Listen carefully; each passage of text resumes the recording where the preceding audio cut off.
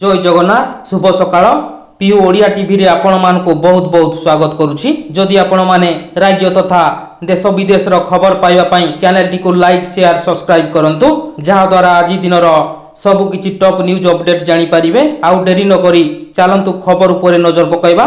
प्रथम खबर चासी भाई भौणी को बैंक अकाउंट को आसिला कालिया सहायता।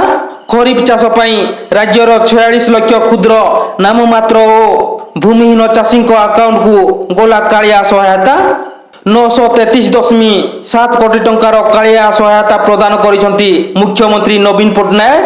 यह 30 जिले में कालिया केन्द्र शुभारंभ करिसंती मुख्यमंत्री नवीन पटनायक। एथि सहित राज्यर समस्त जिले में चाषी भाई भौणी मानको कृषि कार्य निमते वैषयिक सहायता प्रदान करबा पई कालिया केन्द्र उद्घाटन करिसंती। सबु भूमिहीन चाषी परिवार को चलित खरीफ ऋतु पाई अतिरिक्त 2000 टंका लेखाएं आर्थिक सहायता प्रदान करा जायछि। एबे अतिरिक्त सहायता पाइबा द्वारा राज्य में 18 लाख रु ऊर्ध्व भूमिहीन चाषी परिवार उपकृत हेबे। परवर्ती खबर केन्द्रापड़ा कुरुक्षेत्र पुणी देखिबो कि नेता बनाम अभिनेता लड़ई। केन्द्रापड़ा कुरुक्षेत्र रे ओलाइबे कहार सेनापति मेंटो हेले कहार कटिबो पता कहाकू मिलिबो टिकेट बीजेडी ना बीजेपी कहा खाता को जीव केन्द्रापड़ा लोकसभा आसन एथर रिपीट हेबे साथी ना मैदान को ओलाइबे नुआ चेहरा कौन कहूची केन्द्रापड़ा समीकरण प्रश्न उठुची जदि अनुभव नुहे केन्द्रापड़ा रे बीजेडी रु किए ना घोषणा होइथिले भी चर्चा हेउची अनुभव स्थान नहीं पारंती अंशुमान महांती।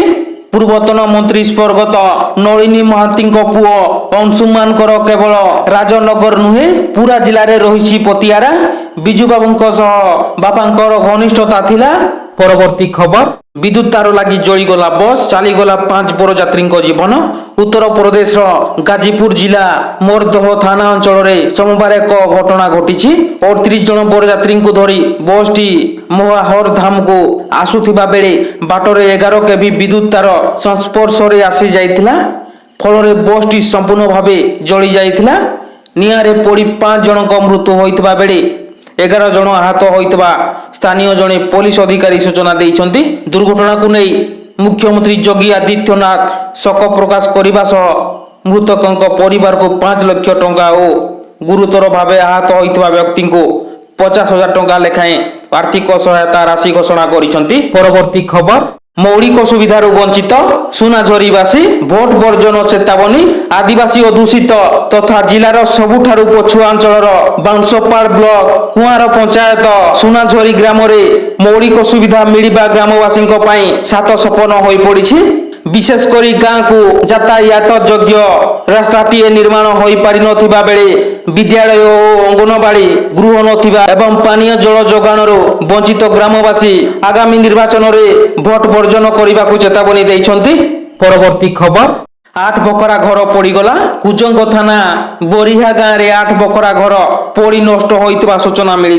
विद्युत सर्ट सर्किट रु निया लगी जाइतबा जणा पड़ी। खबर पाई अग्निशम बाहिनी घटनास्थल में पहुंची निया लेभाइथिले। एही अग्निकांड रे लक्षाधिक टंकार संपत्ति पोड़ी जाइतबा बेले एथिरे जणे आहत होइतबा सूचना मिली। परवर्ती खबर आनंद वन प्रकल्पर लोकार्पण कले मुख्यमंत्री।